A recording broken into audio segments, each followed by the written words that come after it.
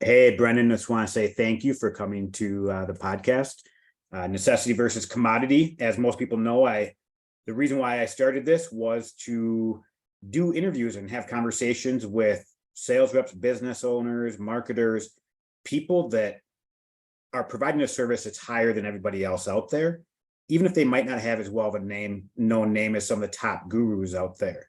And you are someone I have a very strong place in my heart because I had the privilege actually to do sales for you, help with your business. I know we got to celebrate $1 million mark, halfway through last year with you. And the one of the best things I loved about working with you is number one, you as an individual, your whole team is top notch. But the most important part, every single person I talked to and enrolled into your program and they invested into you, that I knew that they were in the best place out there, even though there's a lot of other companies out there that do essentially kind of the same thing with the lead generation. So your company is Video Growth Systems. You're Brendan Kelly. You've been in the space for a lot of years. Let's start off with how you kind of started before even starting Video Growth Systems. Yeah, awesome. I love it. Thank you for the warm intro, Scott. I appreciate it. I don't get to do many interviews or much anymore. I'm so in the business grinding, and honestly, we don't need to do a lot of organic or lead gen or anything. So it's a pleasure when I get to do this stuff every once in a while. I think it's a lot of fun. So thank you for having me. You're welcome. So the question, going back to where I was before I was in this business. So I'll give you the long story and try to make it short here. So essentially, I was always a pretty good writer. I went to school for journalism and PR. So I got a bachelor's in PR with a minor in journalism. I sort of studied that and thought I was going to go get a job in New York City at a big PR firm and start working there. And I tried to do that for about 6 months after college, and it didn't work out. Applied for over 100 places, got no responses. I had like one interview and it was a bust, didn't get the job, right? And essentially I started looking for new ways to make money, and I eventually landed on eBay. I started selling all my parents' stuff out of their basement on eBay, and that sort of graduated. I got my first little taste of money online. Yep. And I said, okay, what's the next step? So I went from making a couple $1,000 on eBay. I moved over to Amazon, sort of the next level, right? Still in e-com, and I sold on there for about 6 months and made some okay money. And that got all shut down basically overnight. And I was like, all right, I need a way to have a real sustainable business that, people can't just rip out from under me.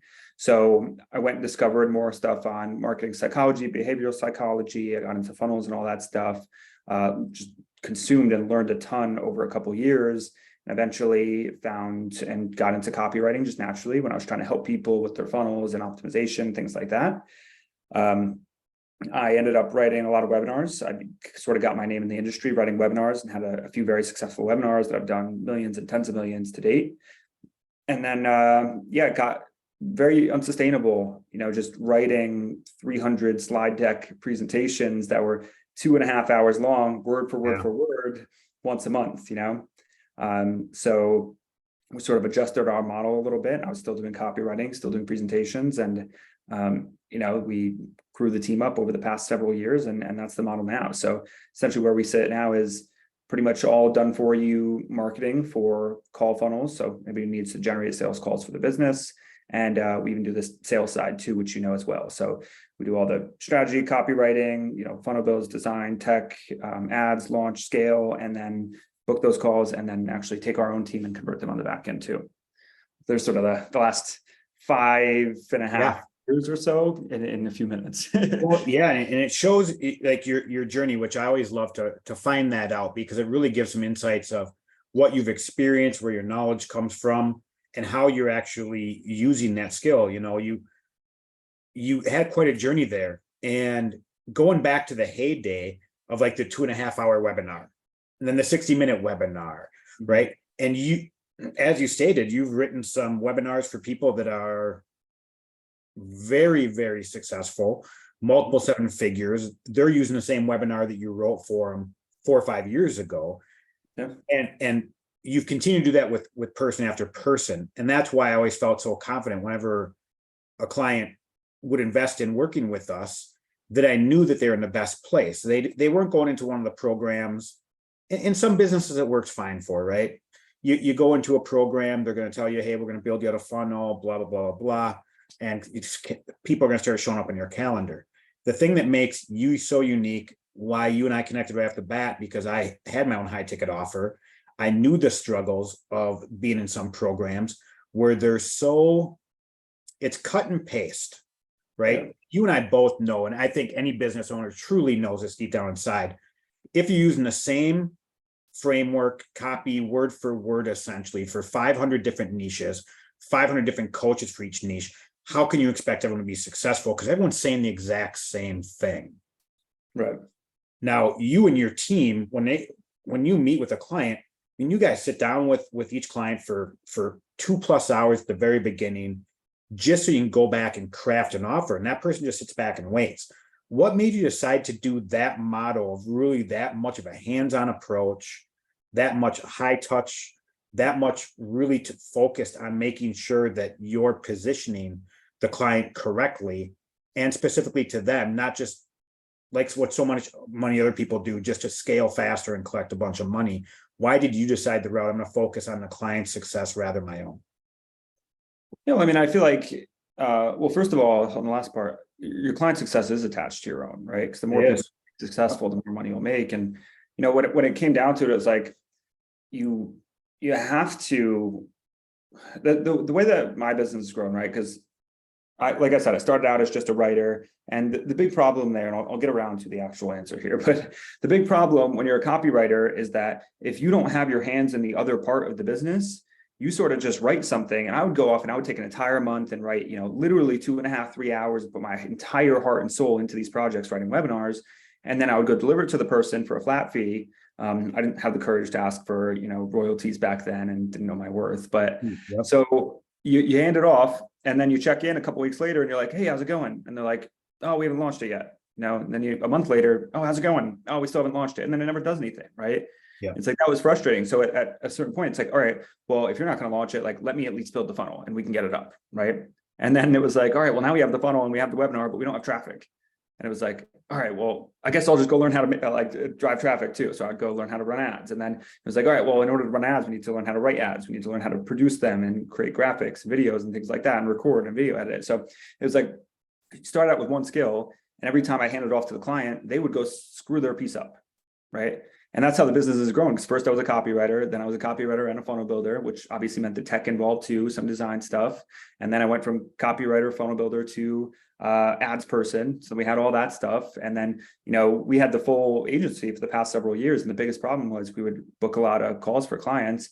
They didn't have a sales process to convert on the back end, right? And we would train them, we would help them, we would do what we can. And it got to the point where we would be able to generate lots of calls. We knew that they were good because we can see it on paper and we can go close them if we want to. But we would still end up getting fired 2 months into the contract because they can't close them. And it's like, they can't afford to keep paying us if they're not closing deals. So now the new model is we do literally everything end to end. And it's because, going back to the original question, it's because we have to, because we can't rely on the client to go figure it out for themselves, because now we're taking something out of our control. And the more variables that we throw in that we don't have control of, the lower the chance of success, right? Because if we control 100% of the equation, well, now I can take 100% responsibility over the results. And me, I mean, I tie my ego, and I get very emotionally attached to all the different projects that we have. And like, when a project doesn't work out in the first 30, 60 days, like, I'm not like, oh man, it didn't work. And even if people are like, listen, I can't pay you, I'll be like, look, I don't care. I'm going to eat this cost for the next 1-2 months to really figure this out. And then I go make it work. Yeah. And what's cool about this is, like, as an agency owner, when you work in so many different niches like this, is you get really good at doing it all. Whereas, like, if you just have one little business and you're like, hey, I'm marketing for chiropractors, right? Well, now you have one funnel, you have one piece of copy, you have one this, but you didn't have to go through all the trial and error more than one time. Whereas for us, we have to go customize everything for every single business, which is obviously a ton of work, but it makes us really freaking good at what we do too. So that's why we do everything totally custom, 100% for everybody. It's just, I like having control over the results. I don't like things being done in a half type of way, so it's like, if we could just do it all the way, do it right, we know that we can get people results.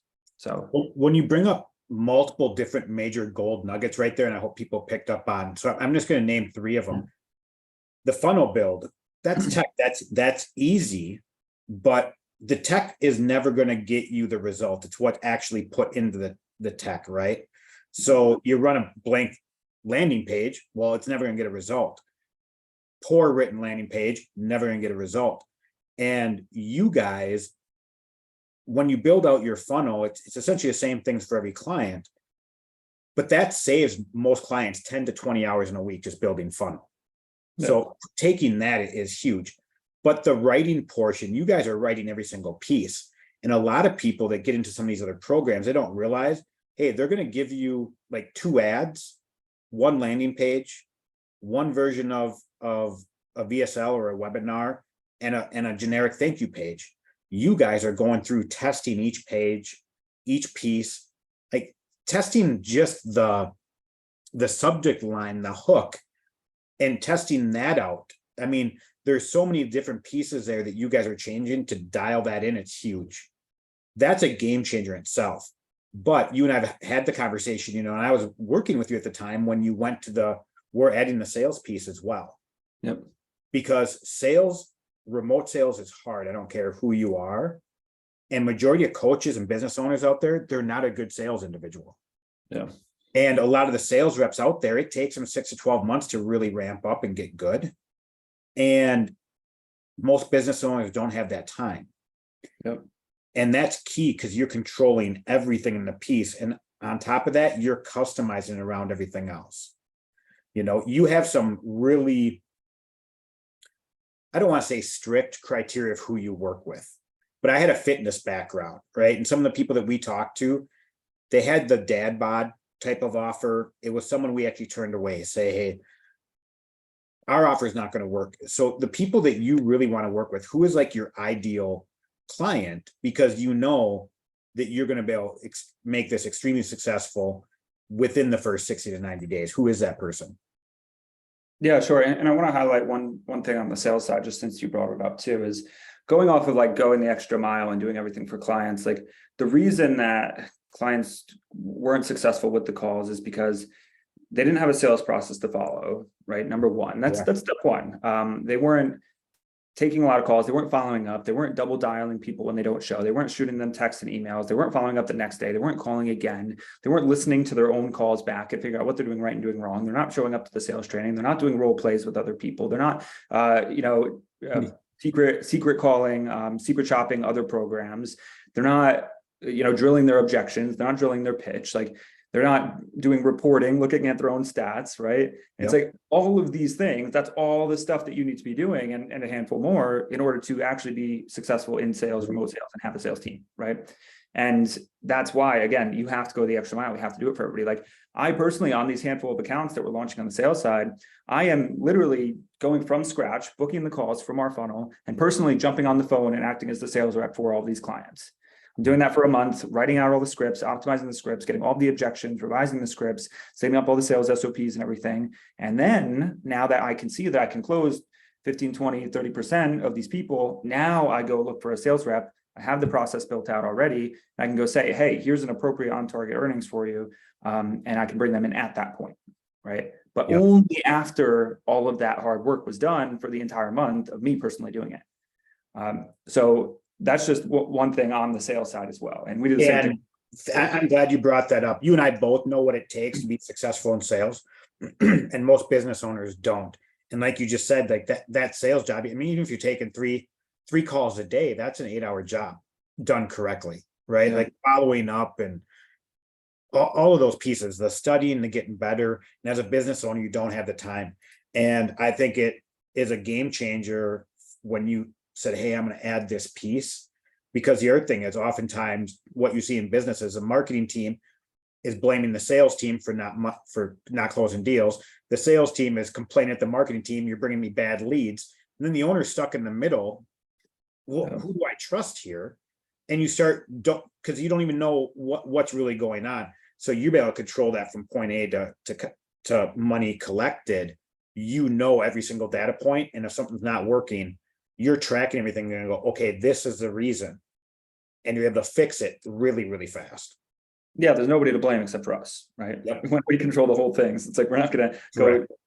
yell at ourselves. Well, we will, but it forces you to find the actual problem and then go solve it, which is cool. You sort of have your back against the wall. You can't really, squirm out and just like place the blame elsewhere because you are everything. So Yep. that's what's pretty cool about it. But it forces you to find a solution and get really innovative. And like just an example, there were a lot of things that happened in the last month that made no-show rates skyrocket across the industry, right? So Memorial Day happened. Summer is the worst time of year for this type of business. At the same time, May 15th, Facebook had a big major update that made a lot of accounts just totally collapse. So we've been digging out of that for the past month and figuring out ways to get back to where we were. And then at the same time, I don't know if you actually know this, but Google no longer lets you put appointments on somebody's calendar if you have not had prior contact with them. So all these appointments that used to be being put on people's calendars are no longer being put there. So no-show rates are way worse. So all of this, our accounts that had like 60, 70% show ups tanked. And now they're at, 10, 15, 20%. We're like, all right, what do we need to do?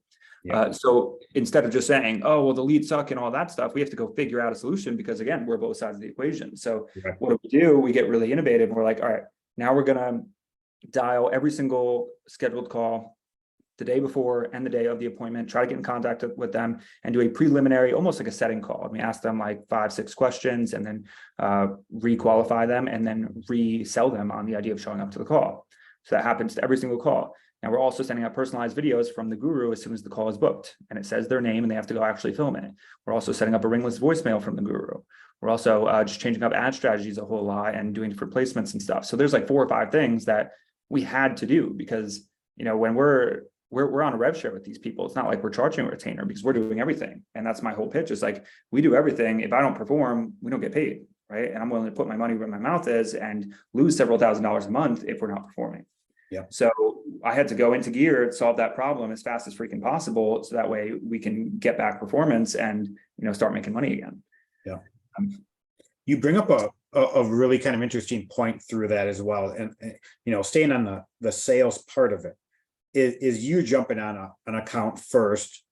You're going in, you're putting all this together. Obviously you've been a very successful business person and you did sales majority of that through that process as well. So you're very good at it. You also have a sales coach that you give to you have on retainer for your clients, also for yourself.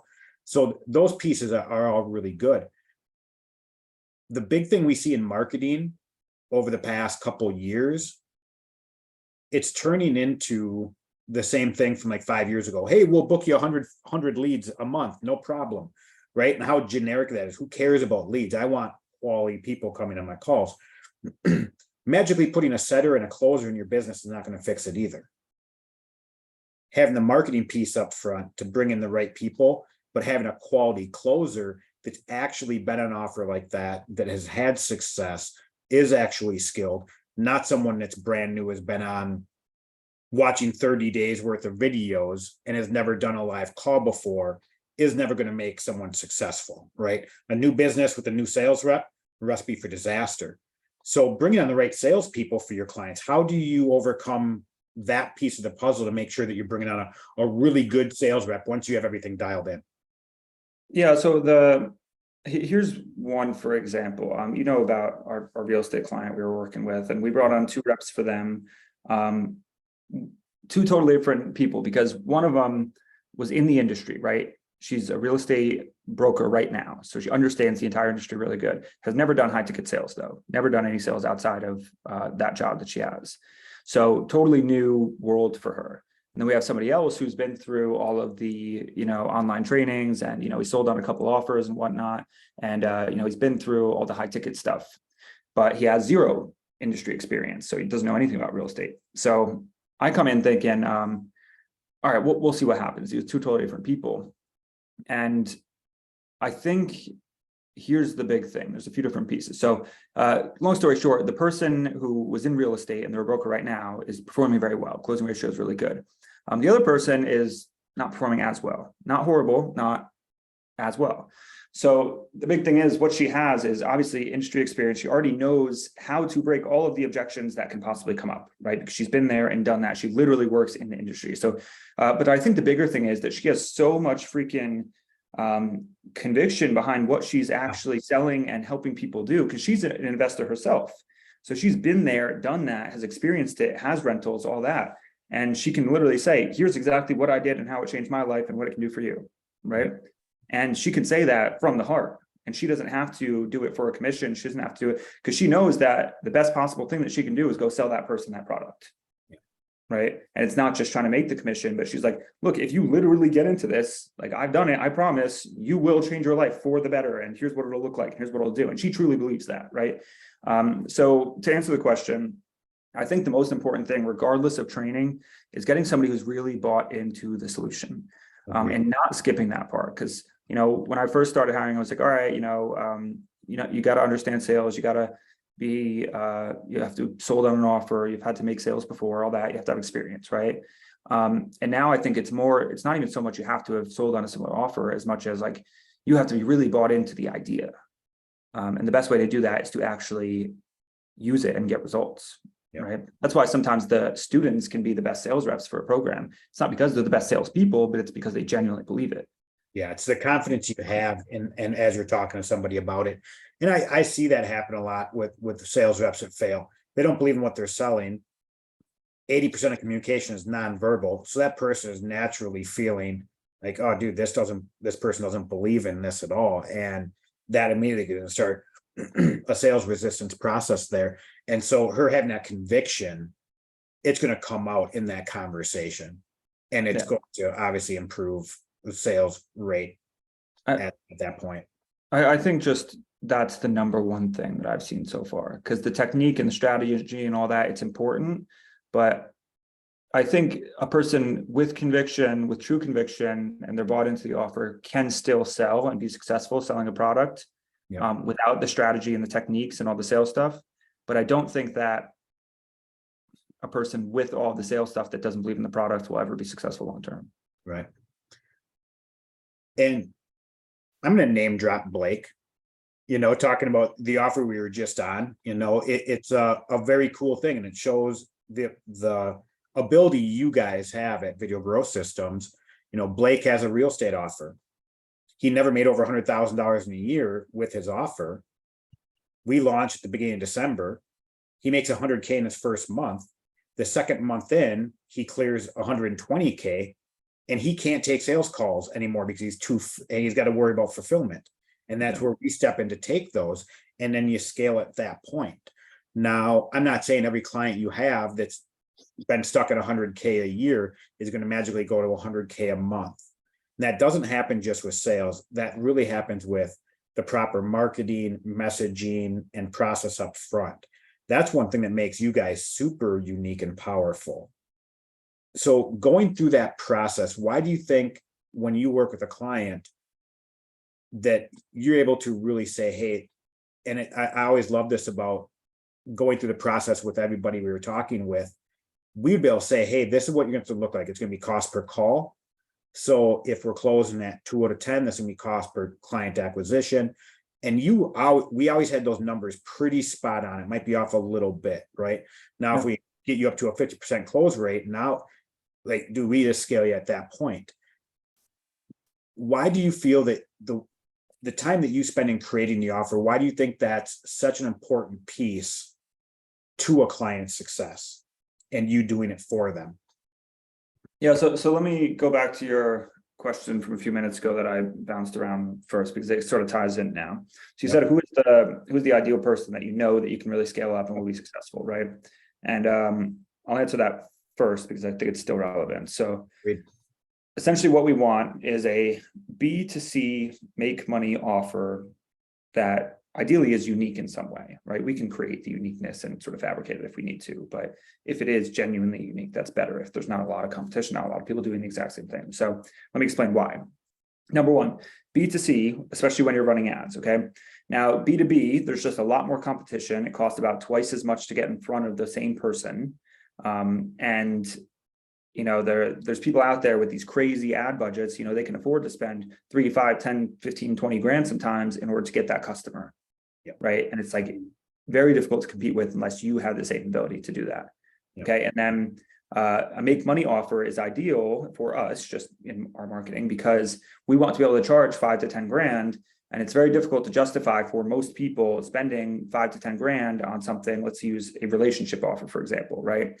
Oh, I'm going to help you go out and find your perfect partner, right? Well, you have to measure a perfect partner versus 5 or 10 grand. Now, when most people don't really have that money, it's almost impossible to justify doing it. It makes it a lot harder to sell. But if I can say, hey, give us 5 or 10 grand and you'll make 50 or 100, well, that's a lot easier to justify, right? You can maybe go find that money somehow and be more compelled to do so. So B2C make money offers, and then the uniqueness just helps cut through the noise of the marketplace. So whenever you're running ads, a million other people running similar ads, promising the same stuff, you can just break through the noise by having something that's genuinely different. It's going to help out a lot, so that's sort of the right person. Now, back to the question, like, why is it important for us to go and sort of engineer that offer and sales message? Let me give it an example for, the real estate account we were just talking about. So what we could have done is gone in and said, hey, do you want to make money with real estate and get in with 0 down? Now, that would have appealed to pretty much everybody anywhere, right? Yeah. Get into real estate, make passive income, 0 down. Great, right? But what are you implying there when in that message? It's that you don't have money to invest right now. Right. So we are essentially shooting ourselves in the foot, because if we're going to go put that message out there, we are inviting everybody in who has no money. Right. Yeah. It makes no sense. So what we do instead is say, we sort of take a different approach and a different problem. And we say, hey, are you in a good job and you make good money, but you're not happy and you're just frustrated and you want to get out and you want to be able to go part-time or even quit that job. And you think real estate could be the solution that will help you do that. Okay, well, now we have a totally different avatar. They have a different problem, and they have the means to actually go spend the 5 or 10K to invest with us, right?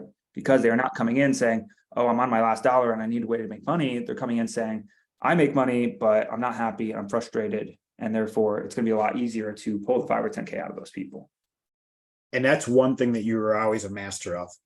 Yeah. Between conversations with people, we had a 2-call process, and the first call was really just to learn about them, just to see if, when you and I would talk about them later, could you and I come up within 15 minutes multiple different ways to possibly do this, and what would these numbers be? So when we went to a second call, I could actually tell somebody, hey, Brendan, this is exactly what we would see to get to that point. Here's what we're going to have to build out. Does this make sense for you? And like you said, hey, it's going to get you to your 100K month. We know it's going to happen in 60 to 90 days.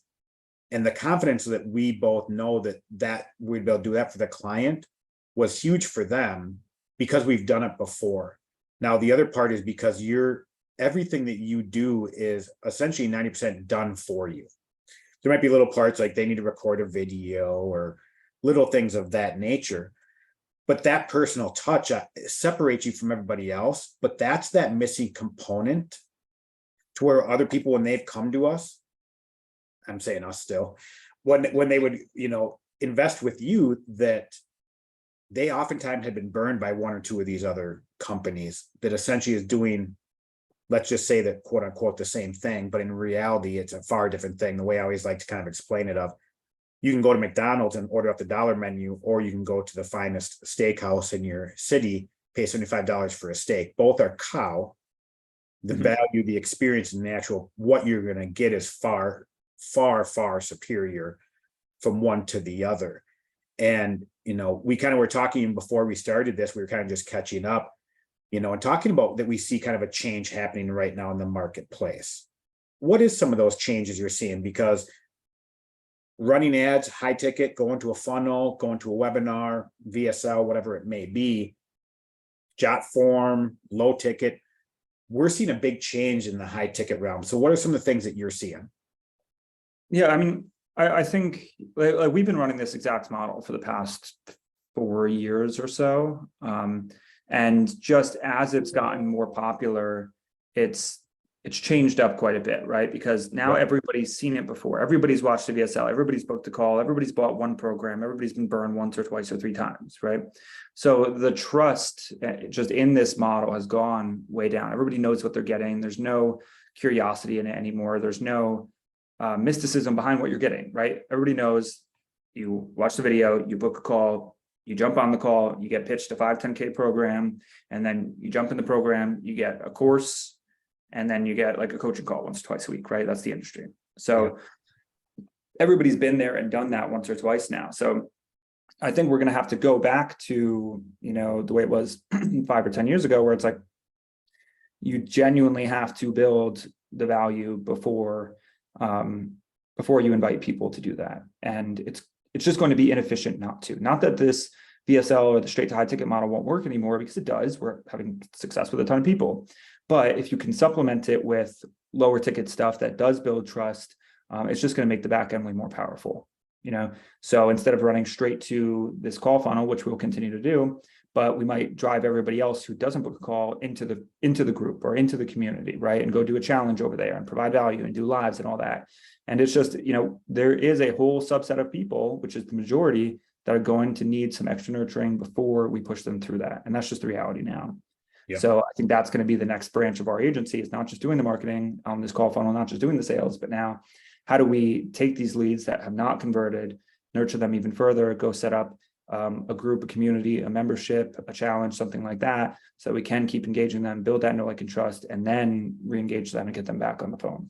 So I think if you try to just force this super high ticket, straight to the call model for the next year, you're just, again, shooting yourself in the foot, because it's going to be really inefficient after a while, just because of the whole industry. I mean, we keep seeing it across different offers.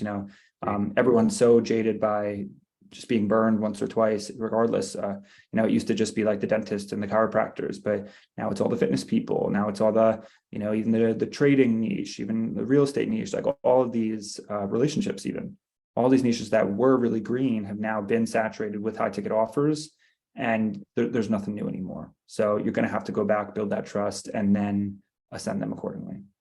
Well, and it's one of the reasons why doing this podcast, because sadly, when you go back 8 years, when I first, like you said, it was kind of the heyday of running webinars.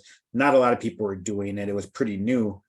But over the last 4 or 5 years, you have more people that came in just to start a business, make as much money as they can, didn't worry about fulfillment. And the fulfillment piece is something that it's something that aggravates me so bad, because of how many courses out there. The fulfillment just drops the ball and people just get burned. But also a couple of years ago with COVID, everyone sat at home, did nothing but watch webinars, hop on sales calls. They got burned multiple times. The people are way more educated. And that, I think you hit the nail on the head, that trust needs to be rebuilt. And sadly, people like yourself, that you might not be as known as well as some of the top gurus up there, but there's a middle group of all of us that I think provide a better service, better fulfillment, going to get better results, because of the way that you're like a done for you with you, the up close and personal, but getting back out to where people are finding us. And I think people are starting to look for other avenues rather than just ads. They're using ads as an example just to find in a bunch of clicks, and then they're researching those people, which is key. And I said earlier too, I've never ever once clicked on an ad, went through a funnel or a VSL, booked a call, and bought. Never once in my life. And I've spent $150,000, $200,000 on courses that all of them where I saw an ad, I followed that person for a while, and then I was like, boom, this is exactly the person I want to solve this. And then I booked the call, and then I'm essentially, quote unquote, what you would call a laydown. But that's because that person built that up front, and I was able to really do that research myself.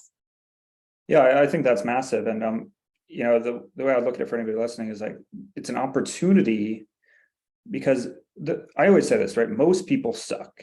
Like, most people will do the bare minimum. And therefore, if you have the capability to go above and beyond, actually deliver results, give a lot of value, you're going to stand out amongst the crowd. So like what I'm in the middle of building right now is totally revamping our whole done with you offer that we had in the past, that we used to sell for 10 grand, and I'm going to offer it for $100, right? $100 a month, that is. So it's going to turn into a low ticket membership.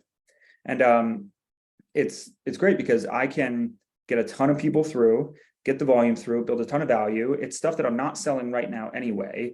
And it will genuinely be pretty much everything that everybody else is selling for 10 grand plus. Yep. It's going to have everything that we do, nothing held back, everything from, all the strategy, copywriting, build, optimization, everything done for you that I can make done for you. How to run the ads, how to manage it, even all the sales stuff, like everything's going to be in there. And it's going to be ridiculous for $100. And then why would anybody ever, if they have that, go pay 10 grand for somebody else's program that's promising the same thing, right? Yeah. Makes no sense. So, but it's a cool opportunity for us too, because now we can sort of, here's my long-term play, right? Is build that, have a ton of people coming through. It'll build MRR, of course, which is nice. So I'll have that recurring. But what we're doing is creating the best customers for the agency. Because again, we have a pretty specific type of person we're looking for. So if they can get to a certain point on their own, up to the point where they're getting calls, they might be making a couple of sales. They already used our system. The know, like, and trust is built there. It makes it really easy for me to swoop in and say, hey, do you want us to just take over all of your ads, all of your funnels, all of your copywriting, all of your building, your tech, your sales, everything, and just take a percentage and at no cost, right? Only pay us if it works, right? And here's the cool thing is I know it works. I know it's going to work because I can look at their campaign and say, this is working. And I don't need to take on the risk of a totally clean client that we have never seen or dealt with. And we have to sort of craft the offer out of nowhere. So we take something that's already like 70% there, do everything that we know how to do, bring it up to 100, takes out all the risk in our acquisition, plus all of our acquisition would be self-liquidating then. So we're not paying anything for clients. And then we only get those perfect clients and we can cherry pick the best ones that we want to work with and scale it up that way. So when we have a very small client base of people that we know that we can scale up. So that's sort of the ultimate game plan. But essentially the key there is having that lower ticket thing, very accessible to everybody, blows everybody's expectations out of the water. They get really excited, they stick on, and then let the 1 or 2% sort of graduate themselves and become eligible to work with the agency. Yeah. And it's ironic that you kind of bring that up because I've already seen that shift a little bit happen in the past 3 to 6 months. I see that being a big shift that's going to happen over the next 6 to 12 is there's going to be a lot that are going to do that. They're going to have a monthly subscription that, and I know for a fact you could do it. And like you said, is people will learn more from 1 month at $100 than paying $10,000 for a lot of these courses out there. And, it kind of goes with the Alex Hormozi thing where give everything away for free and sell the implementation. Yeah. Right. And so you're able to really pick people of, okay, here's the business model. We're going to help you grow. And with his acquisitions.com, that's why he does it. Hey, I want to help the person to make it $100,000 to $500,000 a year, get to a couple million, because then with acquisitions.com, I'll take a look at him. I'm not going to look at him down here, but if I can take him from here to here, then we can look at that. And I think it's a brilliant thing that you're doing there, just like adding a sales piece, right? It's essentially bringing on somebody that, hey, I just need to work on fulfillment now. You take care of everything. And that is a huge burden of time, stress, and for what people get for what you, with the rev share that you have, it's a no-brainer to me. Going the extra mile is always worth it. We're doing all the stuff that nobody else is willing to do, and that's what's going to set us apart, right? So only the people who are willing to spill their guts and blood and put it all out there for the customer, those are the people that are going to survive, right? Because I think the get in, get out, like just create a product, throw it up model, I think it's got to be done for pretty soon. Yeah. It'll always work when people are good at marketing, but in the end, if you want to build a real sustainable business that has value, and build a brand around it, you're going to have to. Agreed. Couldn't agree more. I want to respect your time. I know that you've got other things coming up today as well as I do here. One thing I want to ask you before we kind of end, well, actually there's 2 things. The first one, can we do a second interview and we dive into some more details?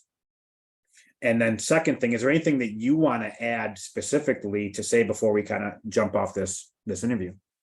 Yeah, of course we could jump on. I'd love to do another one. Okay. I feel like really scratching the surface a little bit. I could talk about I would love to dive in deep with detail. I know behind the scenes, but just so people really understand the value you provide. So is there anything that you want to add before we jump off here? I'm trying to think within the context of this conversation. So I would say, if we can wrap it all up, right? It's if you do all the things that I kind of just said, if you do all the things that nobody else is willing to do, and there's like no way that you can really lose. I mean, it's playing the long game, right? Like, Yeah.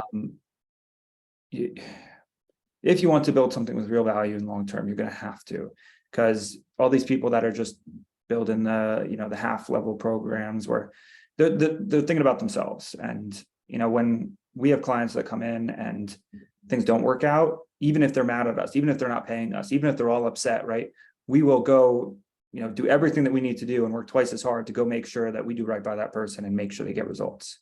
Yeah. And not only does it, one, give you a good reputation, two, you learn so much from it, and it forces you to innovate and do things that you never would have done otherwise, which means that you get that much better.